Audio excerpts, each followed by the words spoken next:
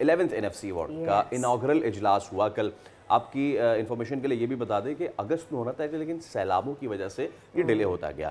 اب ایشو یہ ہے کہ وفاق اور صوبوں کے درمیان وسائل کی تقسیم کا معاملہ ہے.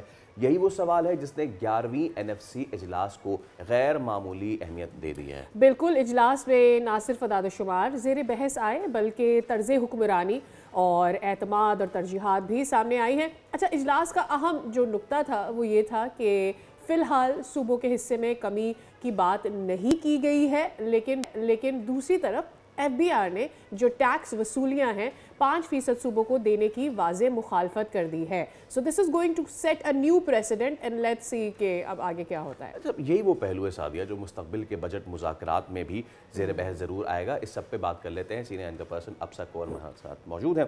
ابسا السلام علیکم, صبح بخیر, بہت شکریہ آپ کے وقت کے لیے. اچھا, اس سے پہلے کہ I talk about the NFC, I just want to, because we have done one segment before, Pakistan کی پہلے CDS کا نوٹیفیکیشن باقاعدہ جاری ہو گیا ہے. اس سے قبل کافی قیاس آرائیاں ہو رہی تھی. آپ کو نہیں لگتا کہ قانون سازی جو ہے وہ اس میں کوئی تاخیر یا نوٹیفیکیشن میں تاخیر, حکومت نے ہوم ورک نہیں کر کے رکھا تھا؟ جی, تو بہت شکریہ آپ دونوں کا. قیاس آرائیاں تو ہر طرح کی تھیں لیکن وہ قیاس آرائیوں نے دم توڑا فائنلی جب یہ پروسیس کمپلیٹ ہوا. میرے خیال سے اس میں اجلت تو تمام ترامیم جو کی گئی ہیں, جو قانون سازی کی جا رہی ہے حکومت کی طرف سے, جلد بازی اور اجلت ہمیں نظر آتی ہے. دوسری بات, اس معاملے پر یہ کیونکہ ایک بڑا سینسٹیو معاملہ تھا اور بہت سے اس میں قانونی پہلوؤں کو دیکھنا تھا, تو یقینی طور پر اس میں ہوم ورک کی بھی ہمیں کمی نظر آئی حکومت کے بہاف پہ. اور اس کو ہم ان بیسس کے اوپر جج کرتے ہیں کہ جو قانونی شخصیات ہیں حکومت کے, جو وزراء ہیں, ان کی طرف سے بہت ساری رومرز اور بہت سارے جو سوالات جنم لے رہے تھے ان کو رسپونڈ نہیں کیا گیا باقاعدہ طور پہ. سو اس سے یہ تاثر ملتا ہے کہ شاید ایک کلیئرٹی نہیں تھی کہ اس نے آگے معاملے نے کس طریقے سے چلنا ہے. جبکہ اگر دیکھا جائے اس کو تو جو CDF کا عہدہ بنایا گیا ہے ایک جوائنٹ کمانڈ افواج کی, یہ بہت سی دنیا کے ممالک کے اندر لاگو ہو چکی ہے یہ بات. اور جو اس وقت ریالٹیز ہیں سیکیورٹی اعتبار سے, اس کو مد نظر رکھتے ہوئے اس سے دفاعی جو ایکسپرٹس سے جب ہم بات کرتے ہیں تو اس کی ضرورت کے اوپر زور دے رہے تھے کافی عرصے سے. اور یہ جب فیصلہ ہوا تو اس کے بعد بھی بتایا جا رہا ہے کہ یہ وقت کی ایک طرح سے ضرورت تھی. لیکن میرے خیال سے حکومت آج کل جو بھی کام کر رہی ہے ایک اعتماد کا فقدان کریٹ ہو جاتا ہے ان کی مس ہینڈلنگ کی وجہ سے. اور اگر کلیئرٹی ہو, کمیونیکیشن کی وضاحت کے ساتھ چیزوں کو بیان کیا جائے تو میرے خیال سے چیزیں متنازع نہیں ہوتی ہیں. So it has more to do with جو انداز حکومت کا اس کی ہینڈلنگ کا تھا.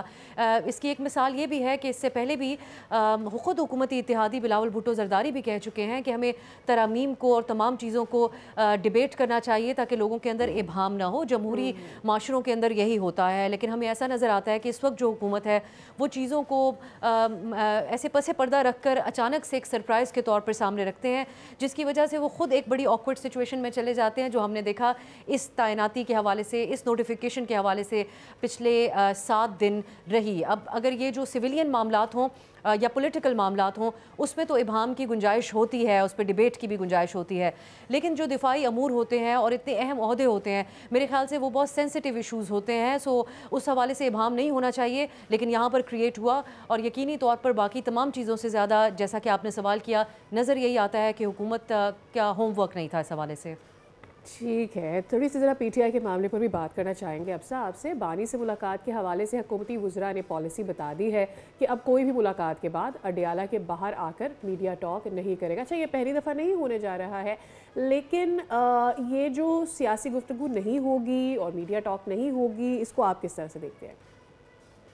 دیکھیے, عمران خان صاحب سے جو ملاقاتوں کا معاملہ ہے وہ بھی انتہائی مس ہینڈل کیا گیا, خاص طور پہ حکومت کی طرف سے. جیسا کہ ہم نے دیکھا کہ 1 مہینہ جب ملاقات ان سے نہیں کروائی گئی تو اگین بہت سارے شکوک و شبہات نے جنم لیا. بھارتی میڈیا کو یہ پروپیگنڈا کرنے کا موقع ملا کہ خدا نخواستہ ان کے ساتھ کچھ بہت برا ہو گیا ہے. اور بھارتی میڈیا کا انٹرسٹ اس معاملے میں یہی ہو سکتا ہے کہ وہ پاکستان کے اندر اس طرح کی افواہوں کے ساتھ ایک انریسٹ کریٹ کریں, کیونکہ PTI اور عمران خان بہت پاپولر لیڈر ہیں اور ان کی بہت ساری سپورٹ ہے اور ان کے ورک ورکر سپورٹرز کے اندر اگر اس قسم کی پریشانی کی ایک فضا ہوگی تو یقینی طور پر ملک کے اندر یہ ایک بڑا خدشہ ہوتا ہے جو اسی انداز میں بھارتی میڈیا اس کو پروپیگیٹ کر رہا تھا. لیکن دوسری طرف انٹرنیشنل میڈیا اور ہیومن رائٹس کے اداروں نے بھی اس کے اوپر بہت تشویش کا اظہار کیا کہ کیا وجہ ہے کہ ان کی ملاقات نہیں ہونے دی جا رہی. پھر دوسری طرف سے ہمیں مس ہینڈلنگ پی ٹی آئی کی یہاں پر ضرور نظر آتی ہے, جہاں ایک طرف تو وہ وکٹم تھے اس چیز کے کیونکہ ان کو عدالتی اجازت تو مل چکی تھی لیکن ان کی پھر بھی ملاقات نہیں ہونے دی جا رہی تھی. لیکن جب پی ٹی آئی کی جب یہ ملاقات ہوئی, خبریں یہی آئیں کہ ایک مشروط اجازت تھی کہ آپ باہر آ کر کوئی سیاسی بیان نہیں دیں گے, تو جو ان کا ٹویٹر سے سوشل میڈیا کے ذریعے جو ان کی جماعت نے بیان جاری کیا وہ بڑی سخت نوعیت کا تھا. اور بظاہر ایسا ہی نظر آتا ہے کہ اگر کوئی تھوڑی بہت سپیس تھی اس ملاقات کے بعد دونوں کے درمیان برف پگھلنے کی, سو اب وہ ہمیں نظر آتا ہے کہ وہ کافی کم ہو چکی ہے. سو آپ کا جیسے کہ آپ نے پوچھا کہ اس کے بعد ہمیں تناؤ بڑھتا ہوا نظر آتا ہے, اب ہمیں وفاق اور صوبے کے درمیان یہ ضرور نظر آتا ہے کہ جو کچھ ورکنگ ریلیشن ایک ہمیں نظر آ رہا تھا کچھ مخصوص چیزوں پہ, جیسا کہ این ایف سی کے حوالے سے اجلاس میں خیبر پختونخوا کے وزیر اعلیٰ نے شرکت کی اور اپنا موقف رکھا اور اس کو ایک مثبت قدم قرار دیا, وہ تعاون کہیں افیکٹ نہ ہو. اگر وہ افیکٹ ہوتا ہے تو پھر یقینی طور پر ہم کہہ سکیں گے کہ باقاعدہ صوبہ اور وفاق آمنے سامنے آ گئے ہیں. سو یہ ہمیں آئندہ دنوں میں دیکھنا ہوگا کہ اب جو اعلانیہ پابندی عمران خان صاحب کی ملاقاتوں پہ لگائی گئی ہے اس پہ پی ٹی آئی کس طریقے سے رد عمل دیتی ہے.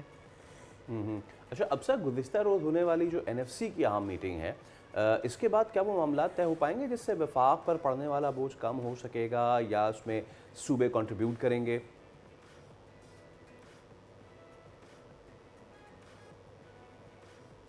جی, ابھی تک جو اس کے اوپر بیانات آئے ہیں خاص طور پہ خیبر پختونخوا حکومت کی طرف سے, وہ تو بہت مثبت کہہ رہے ہیں جو بات چیت ہوئی ہے, کیونکہ تمام جو پاسبلٹیز ہیں ان کو ڈسکس کیا گیا ہے. اس سے پہلے ہم پاکستان میں ایک ماحول دیکھتے آئے ہیں کہ این ایف سی کے معاملے کو بالخصوص پاکستان پیپلز پارٹی اس کو ایک نو گو ایریا قرار دیتے تھے کہ اس کے اوپر کسی قسم کی کوئی بات نہیں ہو سکتی ہے. لیکن اب جو موروثی حالات ہیں پاکستان کے اس کو مد نظر رکھتے ہوئے وفاق یقینی طور پر ریکویسٹ ہی کر سکتا ہے این ایف سی سے کہ میں صوبوں سے اپنا شہر میں سے کچھ حصہ وفاق کو دینے کی. کچھ مسکنسیپشنز بھی ہمارے ہاں اس حوالے سے ہیں کہ جیسے وفاق کا اختیار ہے اس کے اوپر, لیکن 18ویں ترمیم کے تناظر میں جو صوبے ہیں وہ اس حوالے سے خود مختار ہیں. سو بیسکلی یہ ان کا اپنا ان کا حق ہے, این ایف سی کا جو حصہ ان کو ملتا ہے. سو اب لیکن ہمیں یہ اطلاعات ہے ہمارے پاس کہ اس اجلاس میں جو بات چیت ہوئی ہے اس میں اعتماد میں لیا گیا ہے صوبوں کو, بالخصوص سندھ حکومت کے جو گریونسز تھے, کیونکہ اس سے پہلے 28ویں ترمیم کی باتیں کی جا رہی تھیں اور جیسا ہم نے آغاز میں بات کی کہ اجلت میں چیزیں ہوتی ہیں, تو اسی طریقے سے اجلت میں یہ فیصلہ صادر کیا جا رہا تھا کہ این ایف سی کو آل ٹوگیدر ری وزٹ کیا جائے گا. لیکن یہاں پر اب ایک بیچ کا راستہ نکالنے کی بات کی جا رہی ہے. تو بظاہر ایسا نظر آتا ہے کہ یہ معاملہ ایک قابل عمل حل کی طرف جا سکتا ہے جس کے اوپر تمام لوگ راضی ہوں. صوبوں کے معاملات کو بھی ایڈریس کیا جائے. فاٹا کے حوالے سے جو فنڈز کا مطالبہ تھا خیبر پختونخوا کا سال سے کے پی حکومت کے جو نمائندے ہیں ان سے جب ہم نے بات کی تو وہ بتاتے ہیں اور بہت پر امید تھے کہ یہ مسئلہ ان کو ریزالو ہوتا ہوا نظر آ رہا ہے. ٹھیک ہے. اب سر آخر میں یہ بتا دیجیے گا, فیصل واوڈا کا صاحب کا بیان آپ نے بھی سنا ہوگا, وہ کہہ رہے ہیں کہ اگر ایک بھی غلطی کی گئی تو گورنر راج لگ جائے گا. اگر سی ایم صاحب ایک بھی کوئی غلطی کرتے تو آپ کو لگتا ہے کہ ایک بھی غلطی کی بنیاد پر کوئی گورنر راج یا ادروائز بھی کوئی گورنر راج لگنے جا رہے ہیں کے پی میں؟